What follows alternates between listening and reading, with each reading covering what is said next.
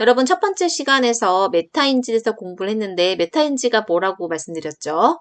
자, 인지의 인지, 그리고 내가 무엇을 알고 또 무엇을 모르는지를 정확하게 아는 그런 능력, 그런 역량, 그것이 인지고, 그리고 내가 모르는 부분을 보완해 나갈 수 있는 계획과 과정과 그다음에 평가, 이런 실행을 다 할 수 있는 기술을 갖추는 것. 그것이 바로 메타인지라고 우리가 공부를 했습니다. 자, 그렇다면 우리는 메타인지에 대한 여러 가지 재미있는 이론에 대해서 공부를 해보도록 하겠습니다. 자, 처음에 나오는 것은 친숙함의 함정이라는 그런 제목을 가지고 있네요. 여러분 교재에서는 40페이지부터 보시면 됩니다. 자, 친숙함의 함정이라는 것은 여러분 그렇게 생각하시면 될 것 같아요. 이제 우리가 아까 첫 번째 시간에 설명을 했듯이 내가 잘 알고 있다고 생각이 들었지만 잘 모르는 거예요. 그리고 내가 여러 번 눈에 익어서 그것이 마치 내 머릿속에 잘 들어와 있는 것처럼 느껴지지만 사실은 그렇지 않다는 거죠. 여러분들 공부를 쭉 하다가 기말고사나 중간고사를 보시게 되면 분명히 내가 공부를 한 것 같은데 서술형 문제를 쓰라고 하니까 못 쓰겠어요. 그죠? 그런 경험을 해보실 가능성이 높은데 그랬을 때 우리는 친숙함의 함정에 빠졌다고 얘기를 합니다. 자, 이것을 실험적으로 연구한 것들이 있는데요. 미국의 카네기 멜론 대학교에 있는 린네 리더, 그다음에 리더라고 하는 그런 그 두 명의 학자들이 같이 연구를 한 내용입니다. 사칙연산 과제를 내주고 연구를 한 건데요. 참가자들이 있어요. 참가자들이 있는데 이 참가자들한테 사칙연산을 연습할 수 있는 시간을 줍니다. 연습할 수 있는 시간을 줘서 우리 책에 나오는 것처럼 어떤 한 그룹한테는 26 곱하기 13, 뭐 25 곱하기 13, 뭐 24 곱하기 13 이렇게 숫자들을 계속 주어지고요. 그 다음에 뭐 47 더하기 15, 뭐 46 더하기 15, 뭐 45 더하기 15 이렇게 숫자들을 정확하게 알려준 거예요. 곱하기도 있고, 그 다음에 뭐 더하기도 있고, 그렇게 여러 가지 방식으로요. 그러고 난 다음에 이제 옵션을 알려줍니다. 지시문을 내주는 거예요. 이제 본격적으로 연습을 했으니까 이제 문제를 풀어봐야겠죠. 문제를 풀어보기 전에 어떤 그 두 가지 옵션을 줬냐면, 첫 번째 옵션은 빠른 시간 내에, 만약에 예를 들어서 이 문제를 1분 내에 푼다라고 하면 50포인트를 주겠다라고 얘기를 한 거고요. 두 번째는 여유 있는 시간이에요. 예를 들어서 뭐 3분 아니면 4분 이렇게 시간을 여유 있게 주고 그 대신 5포인트를 주겠다. 둘 다 맞았을 때 얘기입니다. 틀리면 다 날아가는 거예요. 자, 그렇게 했더니 많은 사람들이 문제가 쉽다라고 생각이 들면은 A 옵션을 선택을 할 거고 문제가 좀 어렵다라고 이제 옵션을 선택하는 이렇게 문제가 좀 어렵다라고 인지를 한 사람들은 옵션 B를 선택할 가능성이 높다는 거죠. 근데 여기에는 좀 재미있는 그런 함정들이 숨어져 있어요. 이제 우리가 연습 문제를 푸는 것과 그러니까 실제 문제를 푸는 건 좀 다를 수 있잖아요. 다를 수 있는데 예를 들어서 사전 연습 실행한 연습 문제에서 풀어본 적이 없는 문제를 이제 본 사람들은 당연히 B를 선택을 했을 거예요. B를 선택을 하고 문제를 풀었어요. 그런데 같은 문제야. 같은 문제라고 착각하는 거예요. 그러니까 숫자가 같으니까 예를 들어서 내가 47 더하기 15만 계속 계산을 했어요. 46 더하기 15, 45 더하기 15 이렇게 했어요. 근데 문제가 딱 나온 게 46 곱하기 15, 그 다음에 47 곱하기 15 막 이렇게 나왔는데 숫자만 보고 내가 풀어봤던 거야. 내가 예를 들어서 막 숫자도 막 기억나. 그런 경우에는 막 A 옵션을 선택했을 거예요. 그런데 내가 연습한 더하기가 아니고 곱하기였던 거예요. 그죠? 그런 경우에는 B를 선택을 했었어야 되는데 A를 선택하게 된 거죠. 그죠? 그러니까 숫자가 익숙해진 그런 그 오류를 가지고 그런 함정이 있다는 거예요. 그러니까 내가 예를 들어서 그런 경우가 있죠. 나는 이상하게 공부를 굉장히 열심히 하고 책도 여러 번 보고 다 알겠는데 왜 이렇게 점수가 안 나오지? 우리 학창 시절에 그런 거 고민해 본 적 있으시지 않을까요? 네. 왜냐하면 문제로 낼 때는 책에 있는 거대로 그대로 나오지 않죠. 그죠? 그러니까 책에 있는 것만 그대로 계속 읽으면 이 문제들을 약간 변형해서 나왔을 때 문제를 풀 수가 없어요. 정답을 맞추기가 어려운 거죠. 그쵸?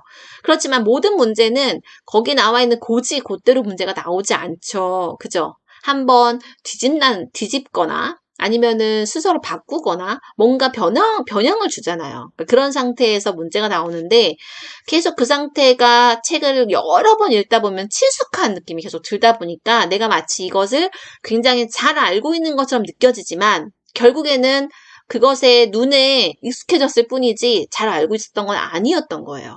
그것이 바로 친숙함의 함정이고 또 메타인지의 착오로 인한 오류라는 그런 내용들을 하게 됩니다. 우리가 살아가면서 이런 경험들을 아주 곳곳에서 많이 하시게 될 가능성이 높아요. 그런 것들이 중요하게 작용할 수 있다라는 거죠. 자, 그 다음에 41페이지에 나오는 게 설명하기를 통한 can과 can't 의 차이에 대해서 좀 파악을 한번 해봐야 된다라는 거죠. 우리가 첫 번째 시간에 어떤 얘기가 나오냐면 메타인지가 굉장히 학습 능력을 향상시키거나 아니면은 학업 성취나 여러 가지 그 다른 종류의 성취를 이끌어내는데도 굉장히 많은 도움이 되는 그런 역량이다라는 것은 알겠어요. 근데 아는 게 중요한 게 아니라 우리가 좀 필요로 하는 것은 그런 메타인지를 향상시키고 싶은 거잖아요. 그죠? 그런데 메타인지를 향상시킬 수 있는 굉장히 지름길이나 뭐 왕도나 이런 게 별로 없다는 것이 결론입니다. 결론이고, 아주 천천히, 그리고 꾸준히 이렇게 해 나가야지만, 향상되는 것이 바로 메타인지라는 거고, 그것의 방법의 하나로서 알려준 것이 바로 설명하기 방법이에요. 우리 앞에서도 한번 나왔었는데, 0.1%의 영재들이 어떤 행동을 보이는가를 관찰을 했을 때 다른 평범한 아이들과 비교했을 때 나타나는 여러 가지 모습들이 존재하지만 그 중에서 공통적인 것이 바로 설명하기를 좋아한다는 거였어요. 내가 알고 있는 내용을 다른 사람한테 설명하는 걸 좋아하고 그리고 설명을 잘 하더라라는 거죠. 그리고 공부를 잘하거나 그 분야에 대해서 잘 알고 있는 사람한테 많은 사람들이 질문을 또 하게 되잖아요. 그러면은 그 질문을 통해서 점점 더 내가 설명을 하면서 점점 더 그 대상이나 그 문제에 대해서 확신을 더 갖고 그리고 더 잘 알게 되는 그런 방식으로 익숙해지는 거. 그것이 바로 메타인지가 향상되는 거라고 볼 수가 있습니다. 하지만 문제라기보다는 포인트가 또 뭐냐면 내가 설명하고자 하는 그 대상에 대해서 정말 잘 알고 있어야 돼요. 정말 잘 알고 있어야 된다는 것은 본질적인 이해가 바탕이 되어야 된다라는 거죠. 본질적인 이해. 그런 본질적인 이해가 수반이 되지 않으면 설명하기가 어렵다는 거예요. 겉핥기 정도의 설명밖에 할 수가 없는 거죠. 그렇기 때문에 여러 번 설명을 하고 여러 번 얘기를 하고 여러 번 고민을 하고 공부를 하고 했었던 사람들이 훨씬 더 설명을 잘 할 수 있게 된다라는 겁니다.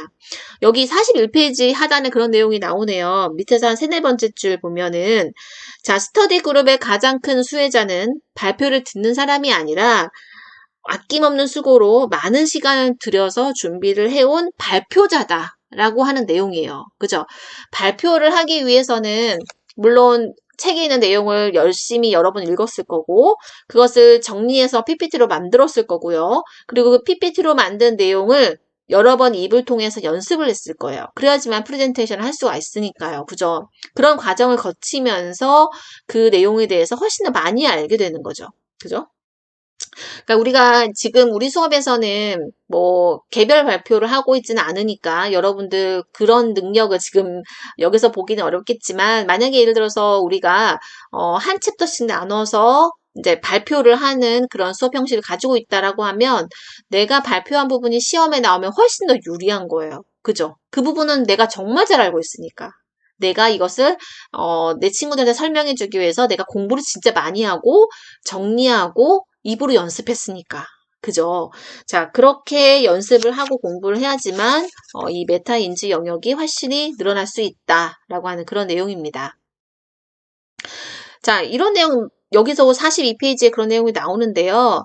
앞에서도 얘기를 했습니다. 자, 인지심리학자들이 좋아하는 두 가지 지식이에요. 하나는 알고 있다고 느낌은 있는데 설명을 할 수 없는 지식이 있고 다른 하나는 느낌과 설명이 모두 가능한 지식이 있어요. 그러니까 메타인지를 향상시키려고 하는 이유 중에 하나는 두 번째를 얻으려고 하는 거죠. 내 느낌과 설명이 모두 가능한 진짜 지식을 내가 가지고 있는 거. 그러니까 그것을 위해서 우리가 메타인지를 향상시키려고 하는 거죠. 중요한 것은 눈이 아니라 입으로 설명을 할 수 있어야 된다라고 하는 내용입니다. 그래서 가끔은 그런 분들 계세요. 이제 저도 발표 수업을 해보고, 학생들이 이제 발표하는 거 들어보고 하면, PPT는 진짜 잘 만들었어요. PPT 정리도 정말 잘 됐어. 내용도 정말 잘 담고 있고, 고민도 잘 담겨져 있어요. 그런데, 프레젠테이션을 잘 못해. 그죠? 너무 안타까운 경우인 거죠. 이런 경우들은 내가 정리까지는 잘했어요. PPT를 잘 만들었어. 근데 내가 연습을 못한 거야. 프레젠테이션. 그죠? 하지만 지금은 학교에서 이렇게 여러분들 1학년부터 4학년까지 지내면서 발표 수업을 여러 번 하시게 될 건데 그 발표 수업을 함에 있어서 여러분 뭐라고 해야 될까? 자발적으로 하는 거면 자발적으로 한번 해보시고요. 그리고, 무조건 다 해야 되는 발표 수업도 뭐 열심히 한번 해보시는 거를 권해드립니다. 왜냐하면 우리가 이제 사회에 나가게 되면 프레젠테이션을 해야 될 일이 굉장히 많아요. 생각보다. 그죠? 그것에 대한 최적의 연습은 이 대학생 생활을 거치면서 1학년부터 4학년까지 하는 발표 수업들이에요. 발표 수업을 준비하기 위해서는 그냥 말만 할 수 있어서 발표 수업을 준비하는 게 아니죠. 해당 내용에 대해서 공부도 충분히 많이 해야 되고, 정리를 할 수 있어야 되고, 그 정리한 내용을 PPT로 만들 수 있어야 되고, 그죠? 그 PPT로 만든 내용은 프레젠테이션을 내가 입으로 충분히 할 수 있다는 뜻이잖아요. 그러니까 이 과정들을 다 거치는 연습들을 대학생활에서 충분히 한다면, 나중에 사회 나가서 그런 일을 해 나갈 때, 내가 잘할 수 있다라는 자신감도 가질 수 있고, 또 실제로도 잘하게 됩니다.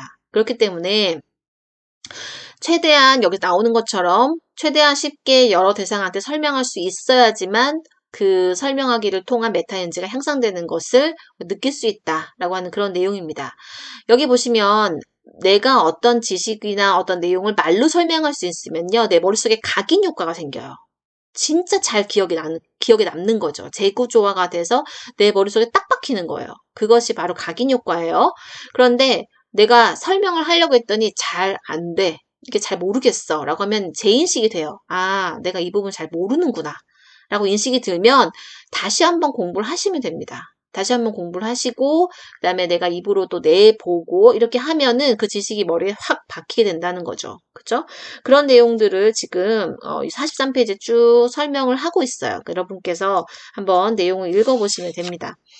우리가 보통 같은 분야에 있는 사람한테 프레젠테이션을 할 가능성이 높아요. 그러면은 같은 분야에 있는 사람들은 용어나 아니면 기본적인 지식들이 바탕이 되어 있기 때문에 내가 A라고 설명하면 A를 다 알아들을 가능성이 높아요. 그렇지만 내가 만약에 여기 저자처럼 심리학 전공자가 심리학 전공자들이 아니라 일반 대중한테 설명을 하는 방식으로 수업을 한다면 훨씬 더 쉽게 A가 아니라 A 다시를 동원해서라도 굉장히 쉽고 설명이 좀 더 많이 들어간 그런 내용들을 구성할 가능성이 높거든요. 그렇기 때문에 여러분들도 그런 거 다큐멘터리에서 보셨을 가능성이 굉장히 높아요. 공부를 잘하거나 아니면 영재인 아이들은 뭐 예를 들어서 선생님 놀이 우리 앞에서 배웠었죠. 엄마한테 설명을 한다든지 아니면 나이 차이가 좀 나는 동생한테 설명을 한다든지 이런 방식으로 전혀 알 수 없는 사람한테 설명을 해서 그 사람이 이해가 된다면 내가 정말 그 지식에 관련해서는 자신감이 있는 거죠. 그죠? 그렇게 지식을 쌓아 나가는 것이 참 지식이 된다라고 하는 그런 내용입니다. 자, 그렇다면 우리가 지금까지는 굉장히 친숙한 것에 대해서 공부를 했어요. 물론 친숙한 것에 대한 착오로 인한 오류도 분명히 존재하지만 우리가 이번에는 반대로 낯선 것을 이용하는 방식에 대해서 한번 공부해 보도록 하겠습니다. 자, 여러분 교재에서는 43페이지부터 45페이지까지 쭉 이어서 나오는 내용입니다.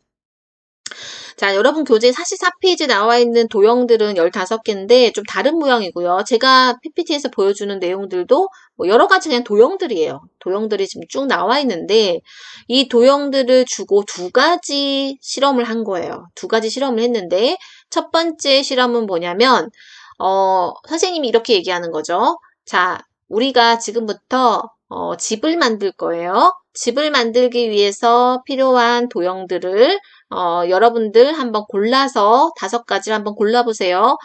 집의 종류도 여러 가지가 있으니까 굉장히 특이하고 멋진 집들이 나올 수 있도록 한번 도형을 골라보세요. 라고 얘기를 했어요. 그러면은 학생들은 머리에 염두에 둡니다. 내가 집이라는 것을 만들어야 돼. 라는 것을 염두에 두면서 도형을 골라요. 그죠? 그러니까 굉장히 비슷비슷한 도형을 골라갈 가능성이 높죠. 그죠? 그렇지만 이제 두 번째 이제 실험을 할 때는 어떻게 했냐면 무엇을 만들 거다라는 내용을 얘기를 안 한 거예요. 무엇을 만들 거다라는 내용을 얘기를 하지 않고 여러분 마음에 들고 좋아하고 그다음에 특이하거나 뭐 지금 나한테 굉장히 인상적인 어떤 그런 도형들을 한 5가지 골라보세요라고 얘기를 한 거예요. 그러면은 학생들은 내가 무엇을 만들 것이다 라는 인식이 없는 상태에서 정말 특이하고 예쁜 걸 고를 거거든요. 그러고 난 다음에 얘기하는 거 선생님이. 자, 각자 지금 자기가 가지고 있는 도형들을 가지고 집을 한번 만들어 보세요. 라고 두 번째 질문을 얘기를 한 거예요.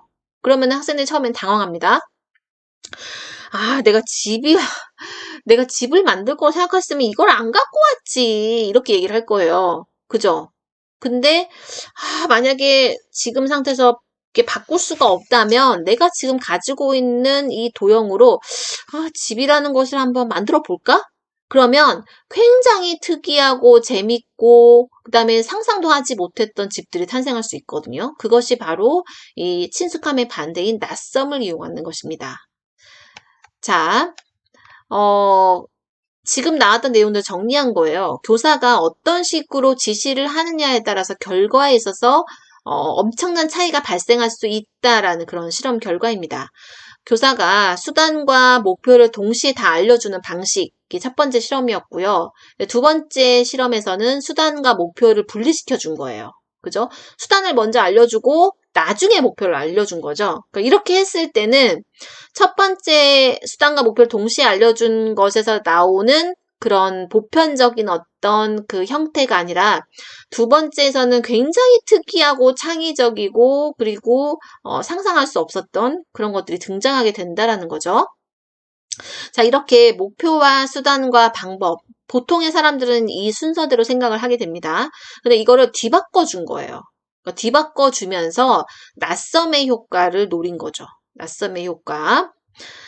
자, 우리가 창의적인 것을 만들어내기 위해서는 내가 지금까지 생각해보지 못했던, 내가 경험하지 못했던, 아니면은 내가 보지 못했던 이런 것들을 개발해내야 될 가능성이 굉장히 높죠. 하지만 일반적인 사람들은 그러기가 어려워요. 왜냐면 친숙한 것들에 훨씬 더 마음이 쓰이고, 그다음에 친숙한 것들을 바탕으로 또 근거로 해서 어떤 그 선택을 할 가능성이 높거든요. 그렇기 때문에 낯선 것에 대한 어떤 불안감, 두려움 이런 것도 있고요.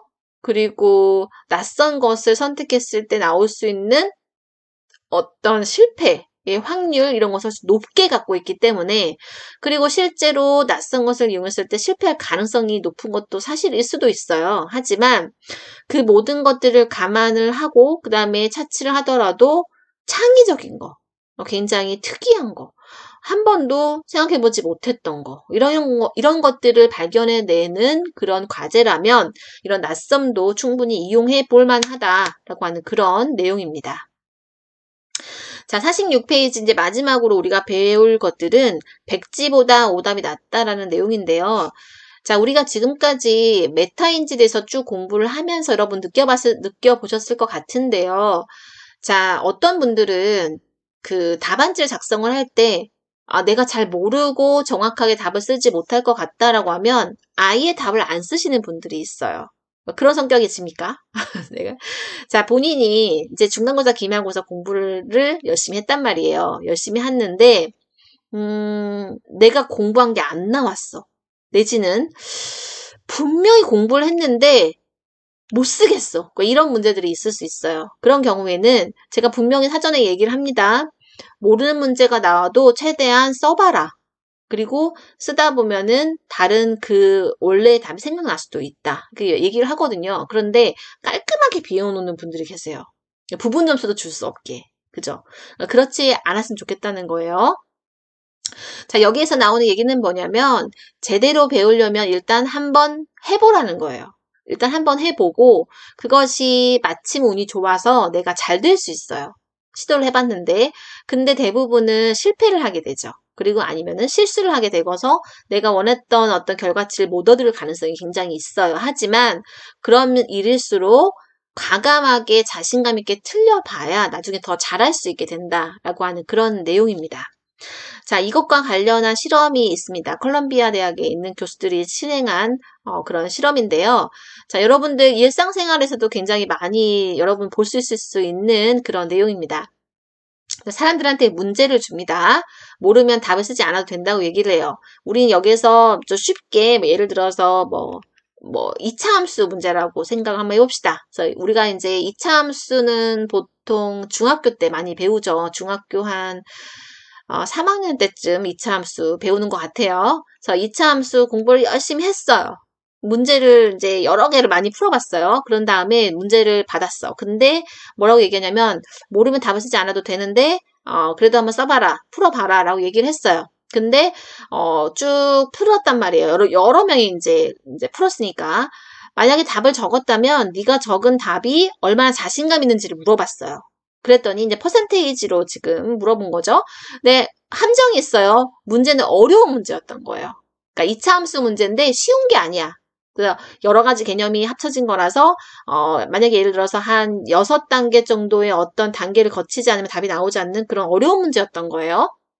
근데 아예 처음부터 내가 이거는 한 번도 본 적이 없는데 이러면서 안 푼 그룹이 있고요. 그리고 풀었는데 이게 자신감이 없는 것 같아 라고 하는 그룹, 한 그룹은 그래도 대충 이 정도는 맞지 않을까? 라고 하는 그룹, 한 그룹은 이건 정답입니다.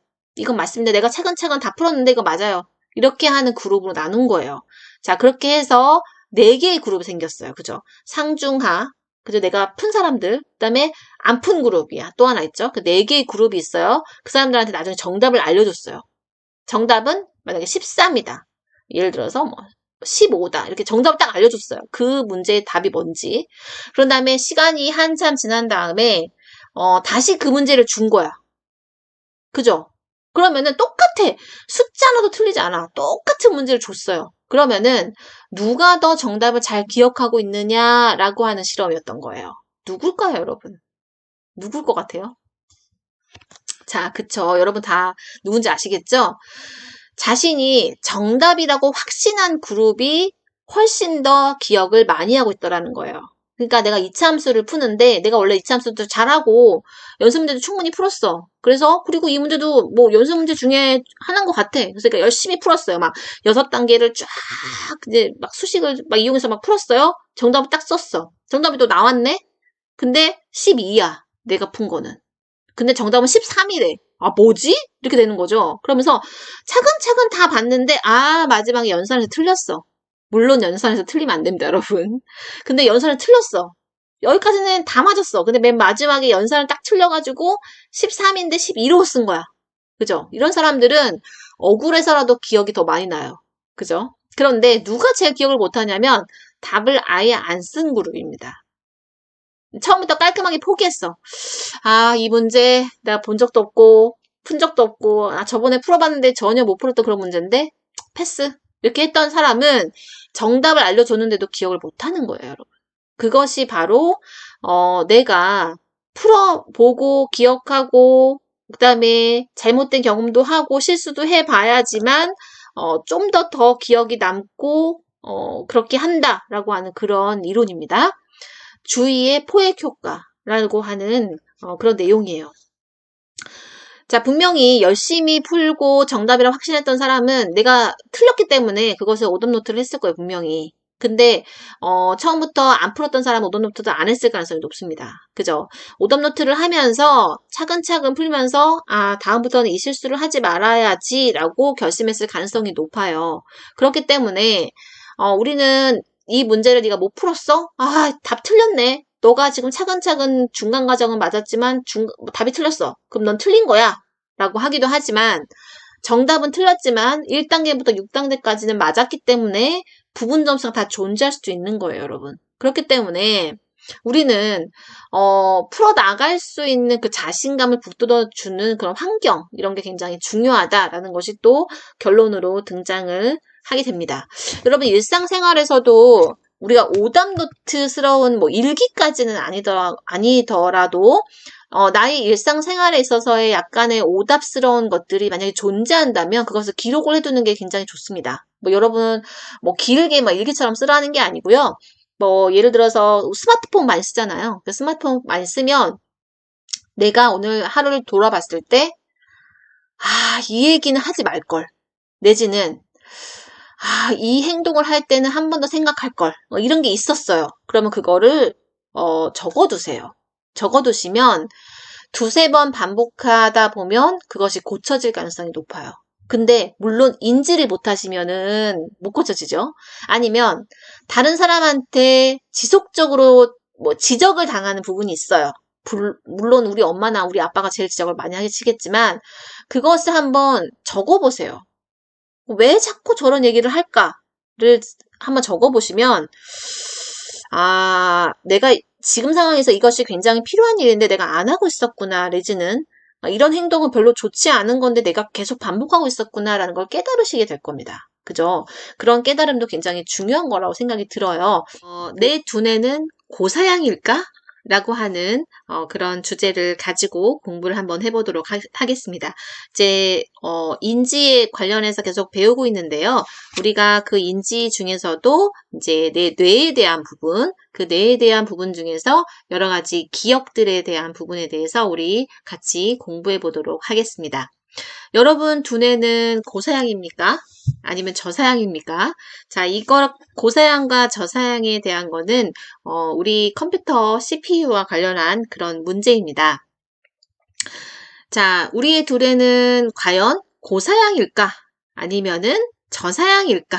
라고 하는 그런 내용이 존재를 하는데요. 여러분 책에서는 49페이지부터 나오는 내용입니다. 우리가 보통 CPU라고 표현하는 그 컴퓨터에는 중앙처리장치라고 하는 내용인데요. 이 중앙처리장치는 지금 화면에 보여드리는 이런 모양을 기본적으로 구조로 가지고 있습니다.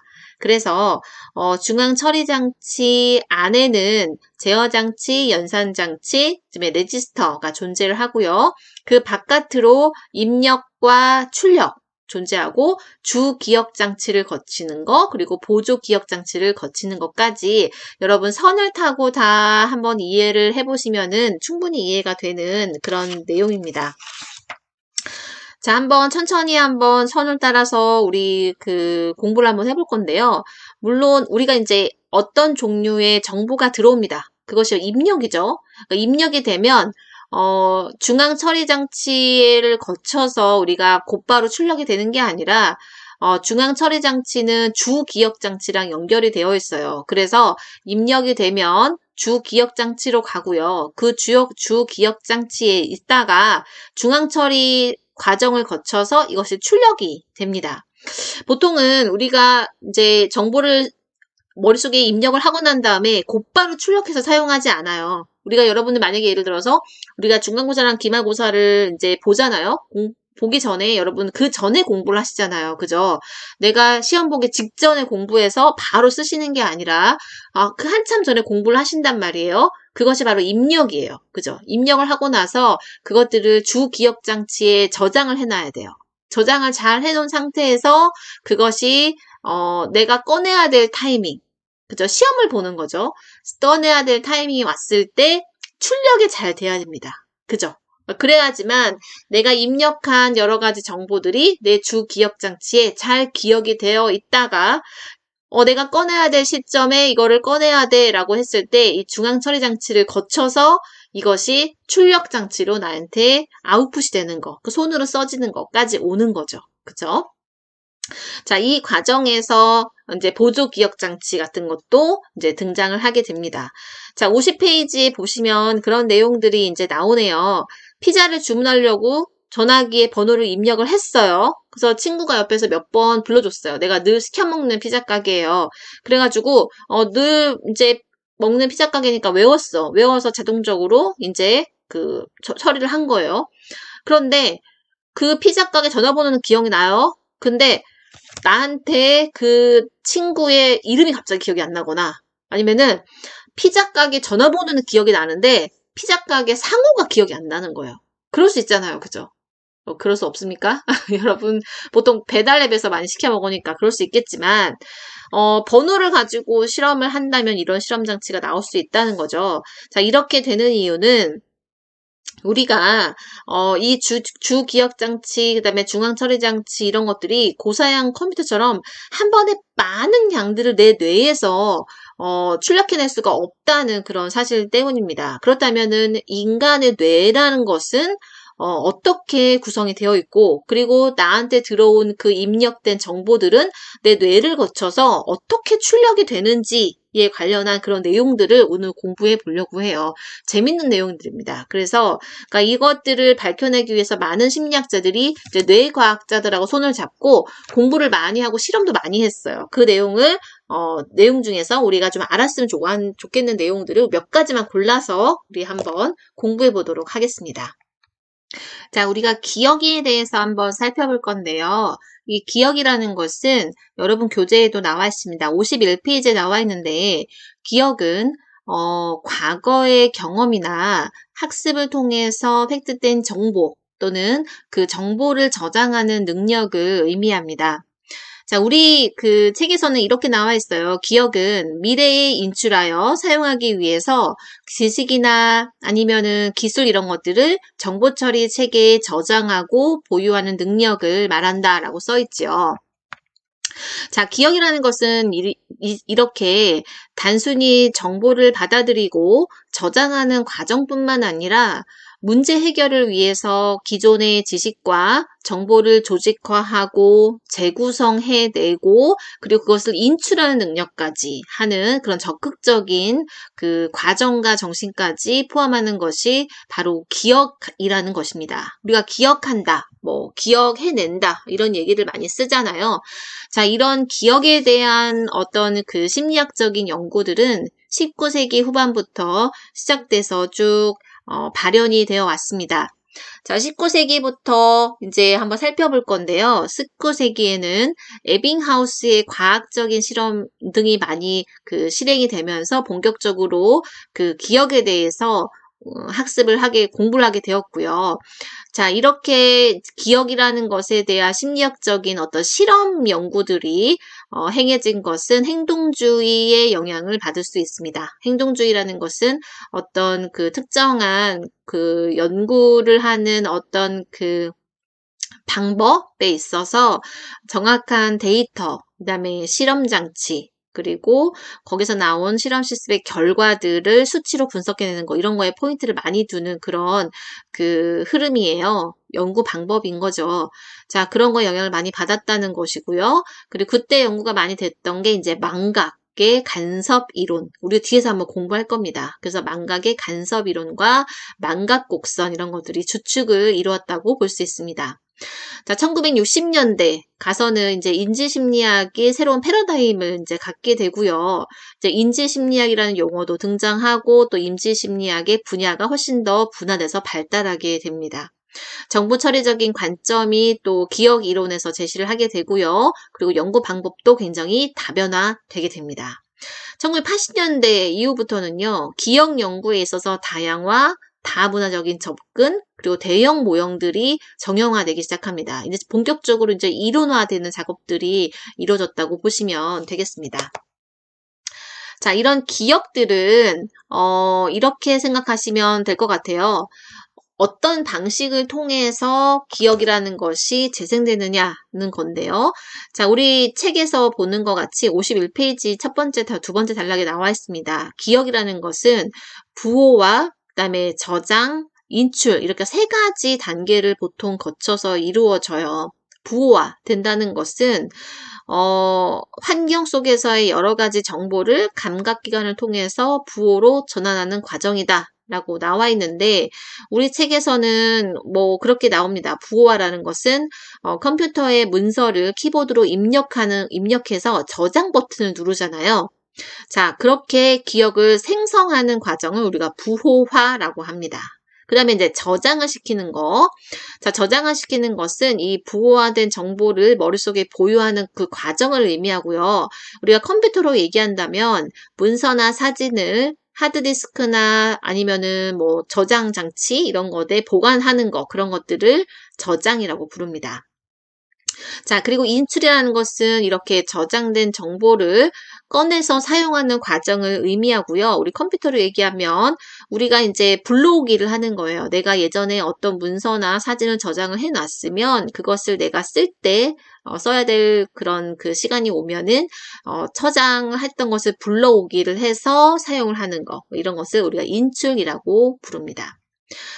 자, 우리가 부호화에 대해서 좀 더 좀 자세히 이제 살펴볼 건데요. 우리 이제 PPT를 한번 보시면 우리의 기억 속에서 안주될 수 있는 정보의 정신적인 표상 과정이다. 이렇게 어렵게 좀 얘기를 했는데요. 기억하기 쉬운 형태로 초기에 정보를 등재하는 과정이 부호화 과정입니다. 그리고 저장한다는 것은 나중에 재생을 하기 위해서 이 부호화된 정보를 위치를 잡아주는 거예요. 얘는 여기에다가 저장시키고 얘는 여기다 저장시키고 그러니까 이런 식으로 저장을 하는 것을 말하는 건데 오래되었거나 혹은 친숙한 정보와 연합을 시키거나 결합을 시켜 저장을 하면은 훨씬 더 인출하기가 쉬운 거예요. 그렇기 때문에 미리 저장해놨던 그 곳에 같이 모아두는 거죠. 그죠? 일종의 폴더화라고 생각하시면 됩니다. 그 다음에 인출한다는 것은 단기 혹은 장기 저장소에서 저장되어 있었던 정보를 꺼내거나 상기시키는 과정을 의미를 하는데 이미 저장되어 있는 정보를 인출한다는 것은 정보를 찾아서 의식적으로 되돌리는 과정이에요. 그러니까 인출을 하는 것이 최종 목표라고 보시면 되겠습니다.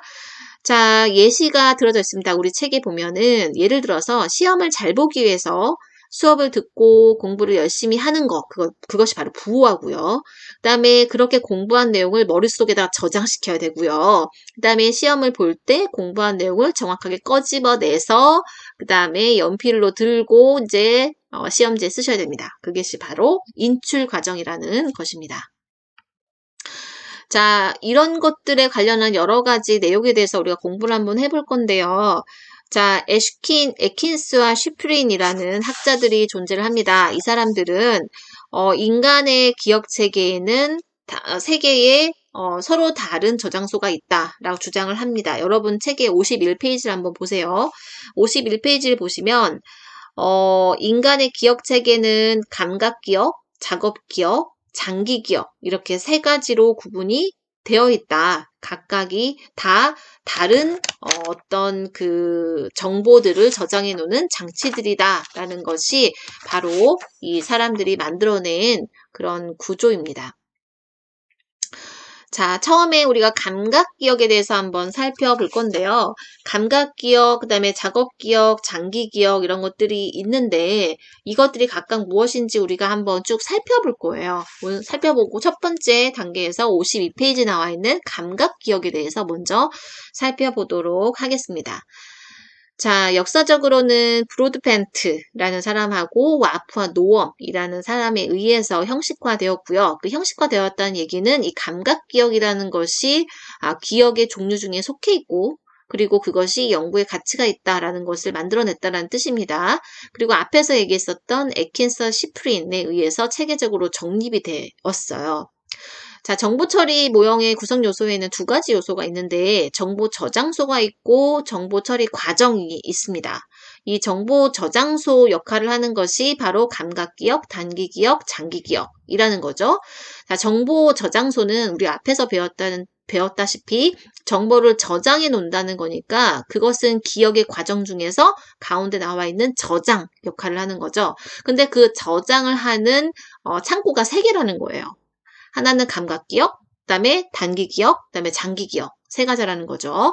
자, 정보 처리 과정이라는 것은 이제 인출하고 연결이 되는 건데 정보를 하나의 저장소에서 다른 저장소로 옮기는 그런 과정, 지적인 활동 이런 것들을 정보 처리 과정이라고 이제 부릅니다. 자, 보통은 감각기억에 이제 저장되어 있다가 주의라는 그런 단계를 통해서 단기 기억으로 이동을 하게 되고요. 단기 기억에서는 암송을 통해서 장기 기억으로 저장된다라고 보통 보여줍니다. 정보 처리 과정은 주의 집중, 지각, 시연, 부호와 인출 이런 단계 과정을 통해서 진행된다고 그렇게 나옵니다. 자, 이 과정은 지금 설명드린 것들은 우리 교재에 굉장히 퍼져 있어요. 퍼져 있어서 제가 정리해 놓은 거니까 이 부분은 PPT를 중심으로 좀 알아두시면 좋을 것 같습니다. 자, 감각기억에 대해서 살펴볼 건데 52페이지에 나오는 그런 내용들입니다. 감각기억이라는 것은 자극에 의해서 처음 발견되는 기억의 유형이나 단계예요. 첫 번째 단계인 거죠. 그러니까 감각을 통해서 나한테 주입되는 첫 번째 기억들, 이런 것들이 바로 감각기억이라고 보시면 되는데 보통은 오감을 통해서 입력이 됩니다. 여기서의 오감은 여러분 잘 아시는 거예요. 시각, 청각, 후각, 미각, 촉각. 그죠? 이 5가지 감각, 기본 감각에 의해서 입력되는 여러 가지 이미지, 소리, 그다음에 향기, 맛, 그다음에 느낌 같은 감각 경험들이 기억의 원자료, 로우 데이터에 해당하는 거죠. 우리 로우 데이터란 말 많이 들어보셨죠? 가공되지 않은 원자료를 의미합니다. 그죠? 내 머릿속에 그 감각들이 오감을 통해서 입력된 여러 가지 감각들이 다른 기억들이나 아니면 다른 감각들과 섞이지 않은 첫 번째 해당하는 그런 기억의 유형들을 우리가 감각 기억에 해당한다라고 보여주는 거고 아주 짧은 시간 몇 초겠죠. 아주 짧은 시간 동안에 원래의 감각 양상 형태를 간직한 환경 정보를 수용하고 유지하는 최초의 과정을 우리가 감각 기억이라고 많이 부릅니다. 자, 이런 그 감각 기억에는 2가지가 또 존재를 하는데요. 우리 그 책에도 나오는 부분입니다. 자, 영사 기억이 있고요. 잔향 기억이 있습니다. 자, 영사 기억은 약 4분의 1초, 그러니까 아주 짧은 그런 시간이죠. 아주 짧은 시간 동안 시각 정보를 유지하는 감각 기억의 형태를 우리가 영사 기억이라고 합니다. 지금 예시를 들어서 우리는 시각에 관련한 것을 지금 예시를 들고 있는 거예요. 자, 눈으로 입력됐으니까 부호화돼서 나한테 들어오겠죠. 눈으로 입력된 그런 시각 정보를 사진 형태로 아주 잠깐 기억하는 거. 아주 잠깐 기억하는 게 영사 기억이에요. 근데 이 영사 기억이 있는 것처럼 청각 체계에는 잔향 기억이라는 게 있는 거예요. 음향을 유지하는 감각 기제에 관련한 사항인데 청각은 귀로 들어오잖아요. 그죠? 귀로 들어온 청각 정보가 음성 파일 형태로 잠깐 동안 저장되는 거. 그것이 바로 감각 기억입니다. 여러분 제가 설명 지금 드린 것처럼 감각 기억은 아주 짧은 기간 동안 나에게 들어오는 그런 그 기억들을 말합니다. 자, 이런 감각 기억들은 중요한 것이 얼마나 오랫동안 저장할 수 있느냐가 되게 중요한 그런 이슈겠지요. 자, 우리는 이런 감각을 아주 짧은 시간 동안 들어오는 이런 감각을 저장해 놔야 돼요. 저장해 놔야 되는데 이 저장해 놓는 것이 과연 어떤 절차와 방법을 통해서 우리 뇌 속에 저장이 되는지를 알고 싶었던 거예요. 그래서 조지 스펄링이라는 하버드 대학의 그때 당시는 대학원생이었죠. 그 사람이 부분 보고법이라는 실험을 실시를 합니다. 자, 이것은 시각 자극을 사용하는 실험 방법이에요. 시각적인 것을 이용해서 실험을 한 거지요. 자, 그것에 관련한 내용들이 53페이지부터 54페이지까지 여러분 쭉 이어서 쭉 나와 있는데 그것을 아주 짧게 정리해 본 그 뭐라 해야 될까? 일종의 PPT니까 여러분 책과 비교해서 한번 보시면 될 것 같아요. 자, 사람들한테 여러 개의 글자를 보여줍니다. 여러분 뭐 예를 들어서 게임이나 아니면은 뭐 다큐멘터리 뭐 이런 거에서 많이 보셨을 것 같은데 사람들한테 여러 개의 글자를 보여주고 그 글자들을 회상하게 합니다. 회상하게 해서 5개 정도 회상이 된다고 해요. 아주 짧은 기간 동안 보여주고 기억하세요 라고 하면 5개 정도는 기억을 한대요. 그런데 여러 참가자가 자기들이 회상한 것보다 더 많은 글자를 기억하고 있었는데 몇 개를 회상하는 동안 다른 글자들이 사라져서 회상을 못했다고 했습니다. 그러니까 5개씩 들어왔다가 그 5개가 또 남아있는 것이 아니라 사라지고 부분적으로 사라지고요. 만약에 예를 들어서 1, 2, 3, 4, 5를 기억했어요. 단어를 1번, 2번, 3번, 4번, 5번 단어를 기억을 했는데 순간적으로 1번, 2번이 사라지고 3, 4, 5만 남고 6, 7이 들어오는 거예요. 그러니까 이런 식으로 계속 부분적으로 기억이 사라지고 남고 하는 그런 장치들, 그런 현상들을 목격을 한 거죠. 목격을 하고 난 다음에 이 스펄링이라는 사람이 이 부분보고법이라는 실험 절차를 고안을 하게 됩니다. 자, 참가자들의 말이 사실이라면 기억이 사라지기 전에 다 보고할 수 있는 개수만을 기억하게 하는 부분 보고를 하게 했을 거예요. 그랬을 때 회상한 개수를 토대로 추정을 해보면 전체 회상 추정치가 전체 보고를 하게 했을 때 회상 수보다 커야 된다는 어떤 그 가설을 세운 거죠. 가설을 세운 다음에 그 가설을 한번 그 실험을 통해서 정말 그렇게 나오는지를 한번 그 구상을 한번 해본 거예요. 구상을 했을 때 여러 가지 장치가 있지만 그런 장치를 가지고 여러분한테 자세히 설명드릴 건 아니고 우리는 결과치가 중요하기 때문에 결과치를 보도록 하겠습니다. 자, 부분 보고 조건의 여러 가지 회상률에서 그 추정치를 냈어요. 여러분 그 책에서 보시면 53페이지에 나와 있는 건데 이게 굉장히 어렵게 다가올 수 있겠지만 여러분 심리학 이론에서는 실험이 굉장히 많고 그 실험에서 나오는 결과치들은 로우 데이터로 쌓여서 나중에 통계 분석 방법을 통해서 처리가 됩니다. 그러면은 그래프도 만들어지고 그리고 여러 가지 수치들이 분석돼서 나오잖아요. 이제 그런 것들을 아주 좀 가볍게 설명하는 거라고 보시면 되겠습니다. 자, 인출이 됐어요. 인출이 되고 또 회상도 하고 이렇게 했을 때 여러 번의 반복적인 실험을 거쳐서 해보니까 전체, 그러니까 예를 들어서 부분적으로 기억을 했을 때랑 그러니까 전체를 가지고 기억을 했을 때랑 글자 수에 있어서 별 차이가 없었다는 거예요. 근데 참가자들의 주장이 사실이기도 했지만 지속시간이 아주 짧더라. 그죠? 그렇기 때문에 전체를 다 회상하면서 이제 숫자를 내가 몇 개 기억했다. 그러니까 예를 들어서 글자를 몇 개 기억했다라고 하는 것과 부분보고법 방식으로 사용을 했을 때 몇 개를 또 알려주고 그 다음에 이제 몇 개를 더 추가해서 알려주고 그렇게 해서 기억을 했을 때하고 별 차이가 없었다라는 것을 가지고 이 스펄링은 감각 저장이라는 그런 단어와 용어를 이제 생각을 해낸 거죠. 자, 다른 실험을 또 한번 해봤습니다. 다른 실험에서는 이제 줄의 위치와 그 다음에 글자의 색깔 이런 것까지 조금 좀 고난이도적인 어떤 그런 실험을 실시를 한 거죠.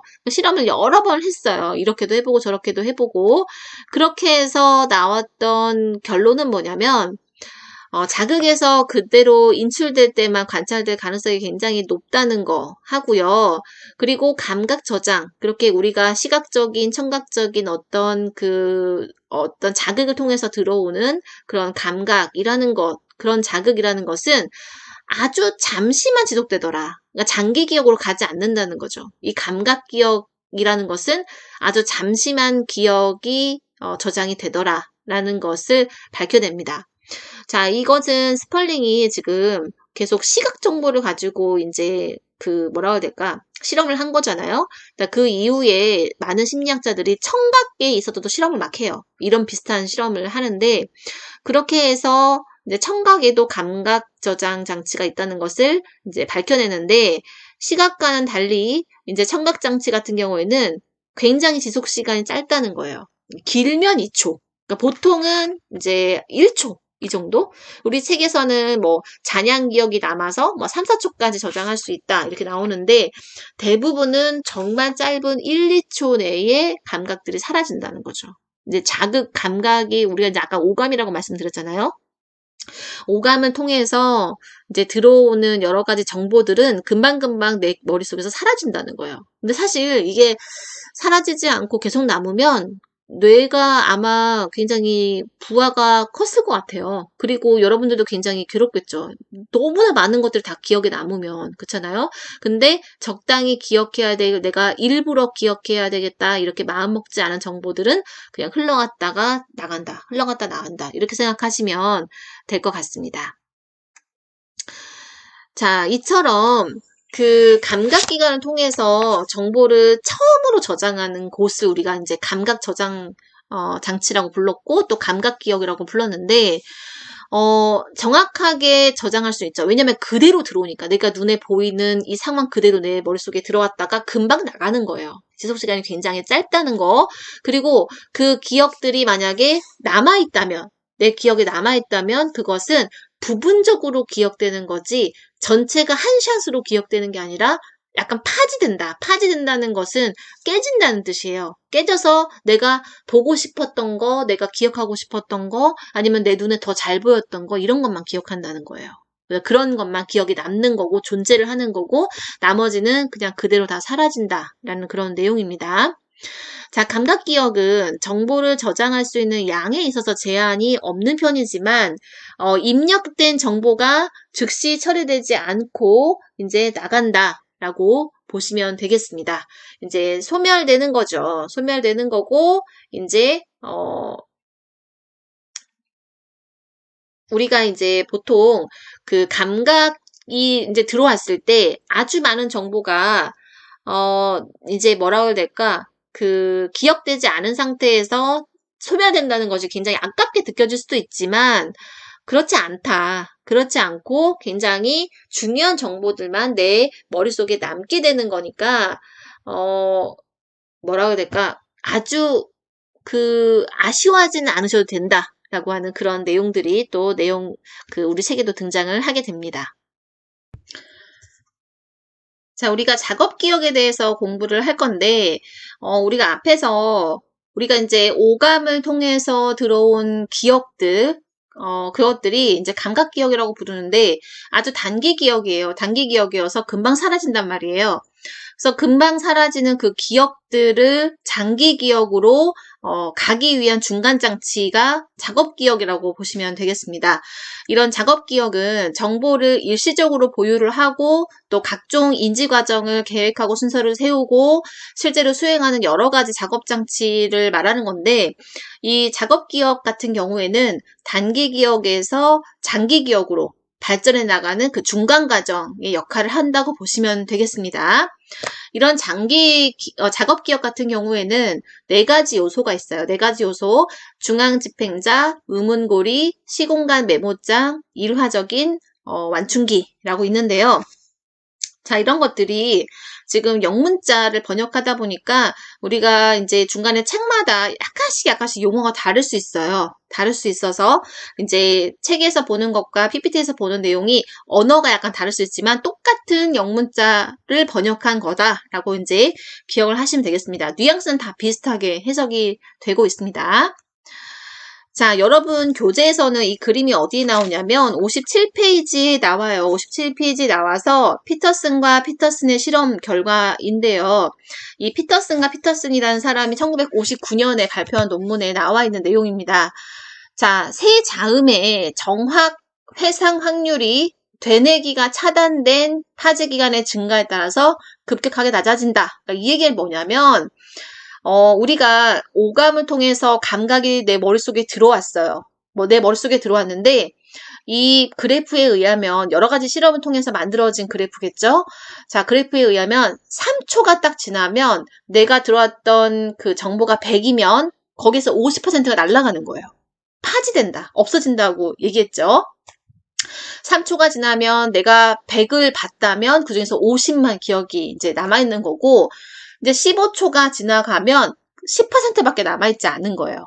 그죠? 아주 놀랍게도 단기 기억은 금방 들어왔다 금방 사라진다는 거예요. 그런데 우리가 기억해야 되는 것들도 있잖아요. 그럴 때 필요한 것은 바로 되뇌이기. 되뇌이기는 뭐냐면 반복학습이에요. 그러니까 반복학습을 하지 않은 정보는 대략 15초가 지나면 없어진다는 거예요. 그러니까 여러분이 책을 읽잖아요. 이제 뭐 심리학책을 지금 읽고 있어요. 심리학책을 읽고 있으면 굉장히 낯설어요. 처음 보는 용어도 있고, 그죠?